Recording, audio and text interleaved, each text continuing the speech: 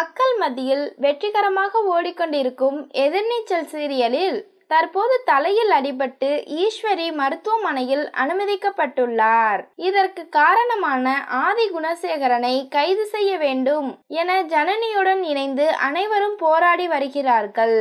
இந்த சமயத்தில் இந்த கேஸில் இருந்து கொன்றவை வெளியேற்றப்பட்டு விட்டார்.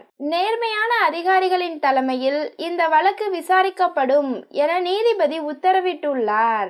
இந்த நிலையில் ஈஸ்வரியாக இதுவரை நடித்து வந்த நடிகை கனிகா எதிர்நீச்சல் சீரியலில் இருந்து வெளியேறிவிட்டார் என்கின்ற தகவல் வெளியாகி உள்ளது.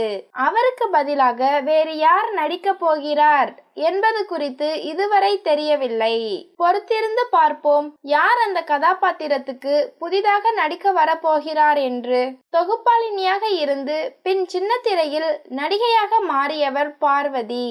இவர் எதிர்நீச்சல் 2 சீரியலில் கதாநாயகி ஜனனி கதாபாத்திரத்தில் நடித்து வருகிறார். இந்த நிலையில் நடிகை பார்வதி தனது அப்பாவுடன் எடுத்துக்கொண்ட புகைப்படம் வெளியாகி உள்ளது. இதோ அந்த புகைப்படம்.